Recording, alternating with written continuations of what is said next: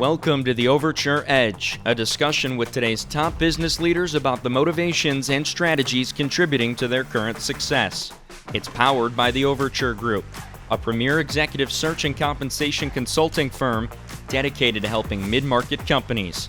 Your host is John Liacani, the founder and managing director of the Overture Group. He has over 30 years of executive search experience and is also the founder and executive director of the Leadership Group, an executive career management and networking association in the Chicagoland area with over 475 members. Now, here's your host, John Liacani. Hello and welcome again to another edition of the Overture Edge. I am John Liacani. I'm your host, and I'm the founder and managing partner here at the Overture Group.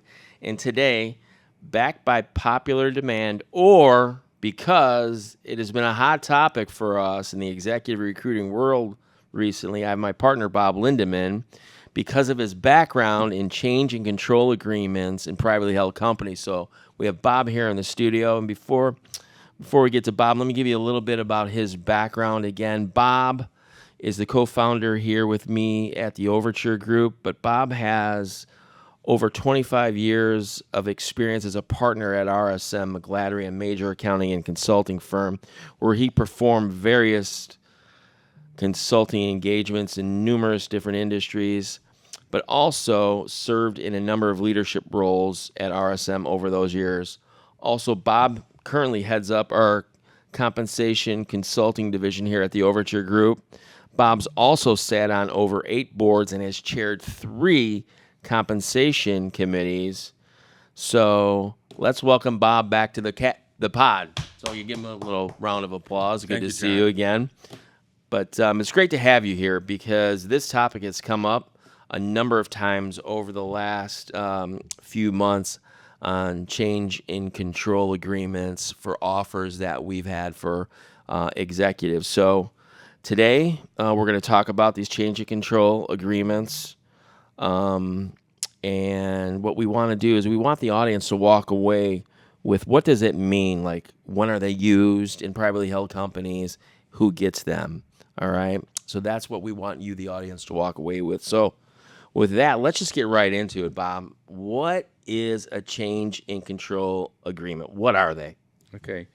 Typically, they're severance agreements, but they can also be change of control incentive agreements. And they're typically triggered upon a change of control. And a change of control can be defined as more than 50, and this we're talking about privately held companies because they're defined a little bit differently for publicly held companies, but they're typically when more than 50% of the ownership changes hands, or more than 50% of the assets of a company are changed or sold, then a change of control agreement, severance agreement, is triggered. Okay. So what's the difference now? There's a change in control severance and a change of control in control incentive, right? And can executives get both? So what's the difference? And then can an executive get both? Okay. Well, first of all, the change of control severance is a severance arrangement. So which includes typically your base, sometimes bonus, and some employee benefits like health insurance. So it's protecting the downside of an executive if they lose their job after a change of control. That's typically a double trigger. We'll talk about a single trigger and a double trigger. A change of control incentive, it gives a participant or an executive upside potential and typically gives them either a multiple of their salary or a percentage of their salary or a certain percentage of the net proceeds. So that's more of an incentive. Can they get both? Sometimes they can get both. Oftentimes they do not, but sometimes they can get both. They'll get both if the executive doesn't already have a long-term incentive. Sometimes, especially if they really want to incent that team or that team member for creating value during the sale process. Okay. Now, how was a change of control defined? Well, there's single trigger and there's double trigger. Okay. The single trigger is and you see these in publicly held companies, even though they're not always in favor anymore. A single trigger is when you have the actual change of control, where you have change in ownership or more than 50% of the assets are sold. Okay. That's the first trigger. Most privately held companies do not do single trigger because you'll lose value if your people leave right after the sale. Got it. And oftentimes the buyer may want to pick and choose or keep part of the management team Who they want to keep, yeah. if they're exiting. Okay. So typically they're double trigger, meaning you have to have a change of control and you either need to lose your job or constructively lose your job. And there's usually a time frame in there, anywhere from 12 to 24 months. So it's not like that agreement goes on forever. And the reason there's a 12 to 24 month period, and it varies, is it allows ownership, the new ownership, to take a look at the executives and figure out who they want to keep, that sort of thing. Also gives that executive time to determine whether they want to stick around. Yeah. So, because they know their downside is covered if they're going to get severance. Got it. Yeah. But how prevalent are they? And in your, what are you seeing in trends? Okay. Still, half our clients don't have them, John. In privately held companies. In privately held companies. Yeah. And so, but I would say if you go back, and when I started doing compensation and ownership succession planning, they were not as prevalent. But since private equity has come on the scene in the last 20, 25 years, there's a lot more M&A activity going on. And because of that, and also the baby boomers all retiring, more and more executives are saying to themselves, wait a minute, this company might sell. And I don't have any, I might have a long-term incentive. I don't know what it's going to pay, but I need protection on the downside here. So they're approaching management and they're approaching ownership. Now, here's the interesting part about change and control agreements. I think they benefit the company as much, if not more, than the executive. And the reason being is you're protecting the value of the company, because the last thing you want, if you're a company, is to lose key people, 6 months, 12 months, 24 months, 36 months before sale.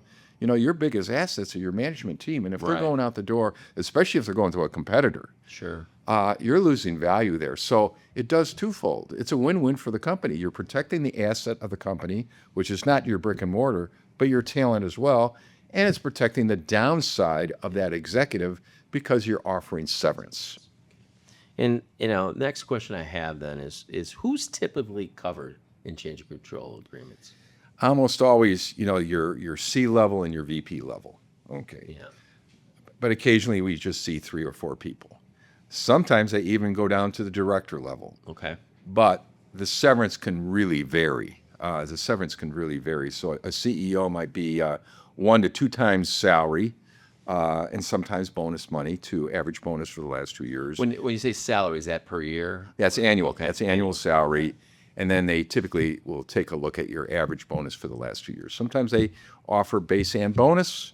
Sometimes they just offer base. But that comes down. For instance, they might have a long-term, very loyal employee. It could be a controller, could be your HR manager, and they'll reach down in the organization. They say, I want some protection for them. Now, typically when a company is bought or sold, usually the people are most at risk are the C-level people, because it's going to, and the VP level, it's going to take them 9, 12 months to find a job versus maybe an HR manager or a payroll manager or that plant manager. Yeah. It might only take them 3 or 4 months. So what you're really doing with that severance is giving them a cushion while they look for another job. That's where the numbers come. That's why you see 12 to 18 months, maybe for a CEO, maybe 24 months versus maybe a lower level employee that they really want to take care of because they've been around for a long time, might only get 6 months. Yeah. But typically, in answer to your question, it's the VP and C level. Yeah, I get that question all the time. If I put this in, what's a typical, amount covered? Yeah. One thing that's interesting, privately held companies tend to customize their plans a lot more than publicly held companies. Now, they'll customize them for a CEO, but they'll have plans that cover the C level, the VP level, and they're more or less, I don't want to say boilerplate, but they're standard. Where in a privately held company, you see a lot more customization. That doesn't mean they're complex. Right. That just means they're more customized to that organization. Got it. Now, this is a question also that also comes up when a change of control is triggered, right? And there's cost of severance. Who typically pays for the severance when a company sells? It's typically the seller. Okay. Okay, because they put the agreements in place and they're trying to retain the value of the company and they're trying to retain the executives through the sale process and after the sale process. But we've been involved in a few situations where the buyer actually picked up part of the severance cost. They picked up 50%. And the reason being is they wanted to give the message to the seller that, hey, we're willing to pay half of this cost because, or maybe all the cost. And it was one of the first times I saw this about 25 years ago, because they want to send a message to their executives that we want to keep you. Right. Because some people will still look, even though they got a change of control severance, because they like the culture before and all that, and they're not sure they want to stick around whether they get severance or not. So let's talk about timing, okay? When should companies consider implementing change in control agreements? Okay, excellent question. If you have an aging ownership group, Okay. even though they'll have a tell lot of you those till they're now. blue in the face Yeah. that they don't plan on selling, that could be a flag to the executives that, wait a minute, I don't see a clear succession plan. We have an aging ownership group. They're in their 60s and 70s, or maybe it's the one that has voting control, and they get a little squeamish, like, wait a minute, we have no real succession plan here, and what if somebody comes along and makes an offer? Plus, just because of the M&A market these days, even though they may not be for sale, a lot of companies are made offers by private equity firms without them even being on the block for sale. Mm-hmm. So I tell all clients, it's in your best interest to have a change of control incentive agreement long before you even consider selling. Now, if you're considering selling, you absolutely got to put one in place, ideally a year or two or three, because you don't want them to begin talking to those nasty headhunters.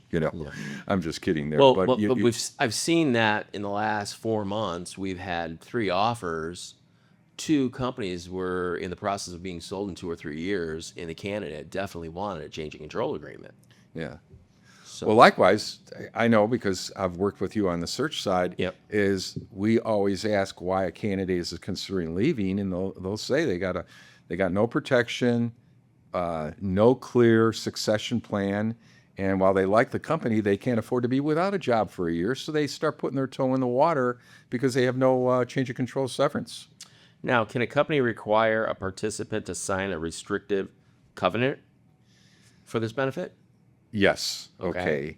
And that restrictive covenant, some could be a non-compete, Okay. even though they're in question in a lot of states. But Yes. you can have them sign a non-solicitation of employees, a non-solicitation of customers, and of course a confidentiality information. Yeah. And because it's considered significant consideration, in the state of Illinois, there's a question about non-competes and getting significant consideration. So you need to consult with your attorney on that. But typically, you're going to get some what we call post-employment restrictions, so that if they do leave, and the damage that we've seen a lot of people, Yeah. they don't necessarily take customers. Sometimes they do. But taking employees can really, Yes. especially they know who the good ones are, and they can steal employees. So Devastate a company. even if you can't get a non-compete because the client doesn't believe in non-competes, and there are a lot of people who don't believe in non-competes, you want to get a confidentiality information and at least a non-solicitation of employees. Last question I have for you today, because this has been very, very informative. Why may a company not want to do these? Well, there's a good reason. Sometimes they don't want to scare their employees like they're up for sale. So it's a delicate thing. Well, why are we putting these agreements in place? We're not up for sale. You told us you're not going to sell. You say, well, we had to put one in place for Darren, who just joined our organization, and I don't think it's fair for Darren to have one but nobody else. So that's a good reason when you say, hey, we had to make an offer to somebody and he required a change of control. But the number one reason sometimes is clients are squeamish about presenting that idea to their employees to say, hey, this is going to benefit you, because it gets them squeamish, like maybe the company's up for sale. Right. So you got to be delicate about how you approach that subject. I think the other reason is the clients think of that as a major cost. It really is not a major cost.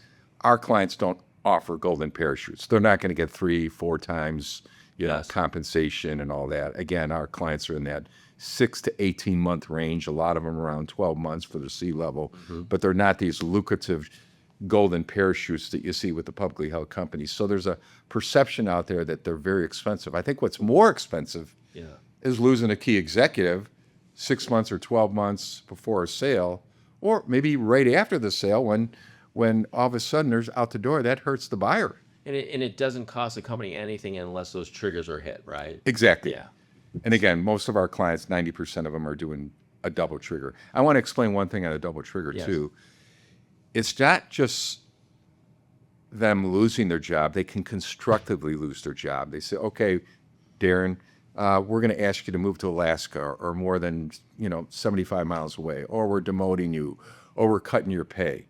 So a lot of times companies come in and they'll see people overpaid, or they'll see people in the wrong role, and they just don't need them anymore, or they're overpaid. So if you're constructively terminated, that triggers the second trigger. Got it. Okay. That's all I had, but is there anything else? How would you summarize everything? I would summarize that a client really needs to understand, the executives understand them.